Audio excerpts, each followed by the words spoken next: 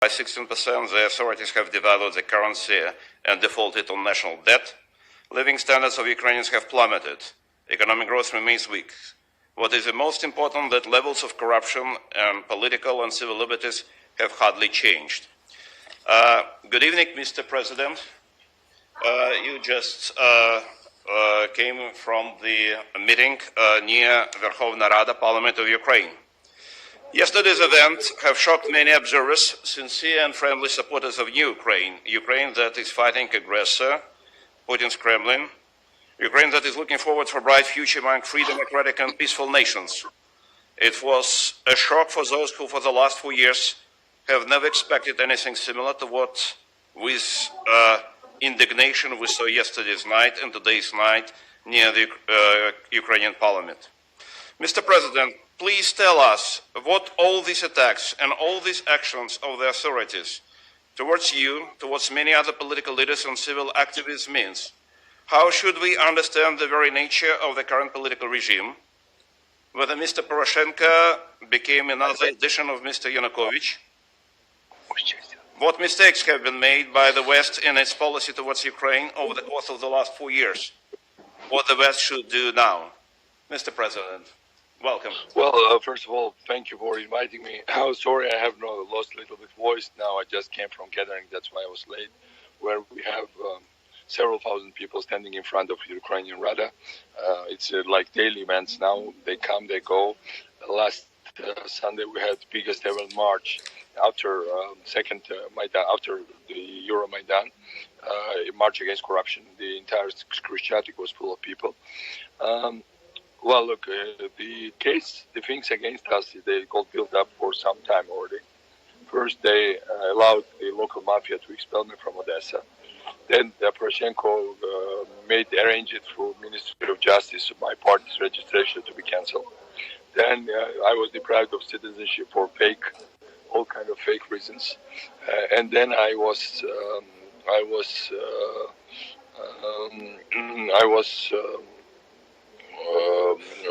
thrown out from the country actually as a result. Then they tried to prevent me from coming back through absolutely illegal means, through blocking the trains and on the Polish territory, through announcing that all the border pass points are mine. And now they, on false pretenses, they tried to arrest me yesterday. In fact, they tried to arrest me without arrest warrant, without my lawyer being present, without submitting any formal document, which is a rude violation of Ukrainian law. So that's all I can say. What is happening about me? But I think overall that's an all-out attack on Ukraine's institutions. National Anti-Corruption Bureau of Ukraine is under huge attack. We have huge problems with independent members of parliament that are being harassed. Today, indeed, they took decision, the committee, to fire the independent chairman of the Anti-Corruption Committee of the Parliament, Yegor Sobolev. You obviously have anti-corruption activists under attack. You have all kind of things happening, all kind of ugly things. Well, that doesn't help Ukraine. That doesn't help Ukraine's image in the world. I think that weakens Ukraine. That makes Ukraine's adversary, Russia, stronger. That's all I can say as a starting point. What are your questions? All right. Thank you, Mr. President. Just speaking to us, even with the problems with your voice. I cannot avoid the question that became in the center of debate yesterday and today. Prosecutor General of Ukraine yesterday has accused you in conspiring with Putin's Russia, calling you as an agent of FSB. And today, about 5 hours ago, President Poroshenko himself has called you and your supporters and your colleagues as enemy of Ukrainian people, working on behalf of Russia. You were president of Georgia for 9 years, and under your leadership, you you and your team have implemented the probably most radical economic, political, and legal reforms in that country, making it one of the most dynamic country in the region, one of the cleanest from the point of corruption, with the most effective police, honest and respected in the society, with economic growth about 12% per year. That country became very respected in the region, and not only in the region. You moved to Ukraine and became governor of the Odessa region, where you have studied program of fighting corruption, closing the border with the Russian enclave in Moldova, Transnistria, building highway to the member of the European Union, Romania, and so on. Now, several weeks ago, you have proposed a new plan for, if I'm not mistaken, for 70 days, what to do in Ukraine.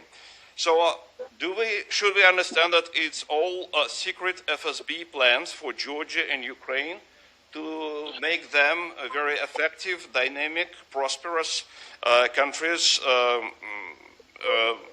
allies of the European and international civilized community? Could you tell us a little bit more about the secret FSB plan that they think that you are implementing in Ukraine? Well, of course,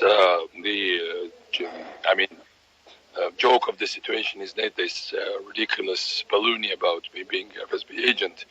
The ridiculousness of the situation is that they are trying to use the term enemies of the people, enemies of Ukraine, and that's very sad because Poroshenko is trying to play on the terms that should not have been used in Ukraine, in modern Ukraine, in Ukraine that aspires to European, because that's how we see it in, that's not how we saw it. I think the main difference that should happen between Ukraine and Russia is that the system of and two different systems of government, two different systems of thinking, two different systems of how you achieve your success. And from that standpoint, it doesn't help Ukraine. I think it's very important to understand that we are in a situation where the only way how Ukraine can win this competition is not through all-out military attack, because it simply cannot match Russian capabilities. And there are many other reasons why it shouldn't be doing now this. It's through obtaining double-digit growth, through building better roads than Russia, through giving better perspective than Russia gives its citizens. And if it ever happens, I was in NATO summit present in Bucharest in 2009 when Putin said Ukraine is not a real country, it's a territory. And that's Putin's gamble. He wants to prove that Ukraine is a territory, not a real country. So from that standpoint, I think if Ukraine succeeds, then that's the end of Putin. That's the closest way to end Putin's system. And the very moment Putin has crisis, Putin is undermined beside Russia, I'll tell you, Ukraine will regain its territorial integrity. So that's how I see a plan of victory for Ukraine. And that's my secret plan, obviously, but a very open one, because I talk about it every day. Ukraine, right now, Ukraine has growth of less than 2%. If it grows with this same pace, it will only regain the level last year of Yanukovych in 2032. Which is, of course, 15 years from now. Now, that's not an option for Ukraine. Ukraine cannot afford to grow double-digit. Ukraine should grow cannot afford to grow 2%. It needs to grow double-digit. In order to grow double-digit, it needs to end corruption. In order to end corruption, it needs to get rid of political class. And the way to do it legally is through National Anti-Corruption Bureau, which is right now blocked by Poroshenko personally. And it is through bolstering the younger reformist groups, and it's through also votes in parliament, through street pressure, because without street pressure, they are not going to act. That's for me, that's evident. So that's why we support all the new groups, but also we want to pressure them to adopt law on anti-corruption court, law on impeachment, law on the lifting of immunity of MPs, and new election law. Having said all that, right now Poroshenko's group is on all-out attack. They attack me, they attack Sobolev, they attack Nabu, they attack and beat up anti-corruption activists in the regions, and it's frankly starts to look more and more like very unsavory neighboring practices, except from the fact Ukraine is not Russia. I think Ukraine has amazing credentials of not being Russia. It's a freedom-loving people. It's a people that's very self-organized at those moments. These are people who always make forcing themselves to reject any authoritarian trends. It's a people that has this free spirit of Cossacks, including and the Austro-Hungarian tradition of statehood and Magdeburg law of self-governing cities. So it has all the credentials that Russia doesn't have. On the other hand, Ukraine's oligarchs live exactly like people in Russian oligarchs.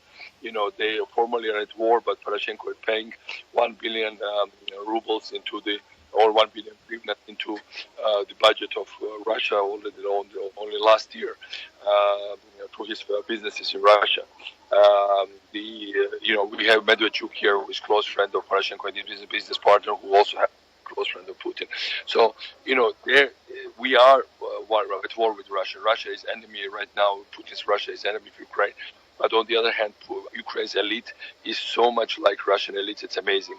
But if Ukraine has to go to the West, and is going to the West, it has to go for middle class, not for oligarchs. But so far, middle class has been voting with their own, movements. They've been going to the West without Ukraine. They've been just emigrating to Poland and other countries, Canada, etc. And that's not helped. Ukraine's population was 53 million when I voted for its independence as a student in Kiev in 1991, and maximum level of population right now is 35. If it continues the same way, maximum number of Ukrainians in 15 years from now will be 25 million people. That's very small number for this country, and most of them will be retired people. So we are dealing with demographic catastrophe, and the only way to reverse all of this and to stop further disintegration of Ukraine is to have fast growth, fast development, fast reforms, and that's going to solve also the issue with Russia. Thank you, Mr. President. Do you have time for a couple of questions from the audience? Okay, thank you. Okay, we have those who would like to ask Mr. President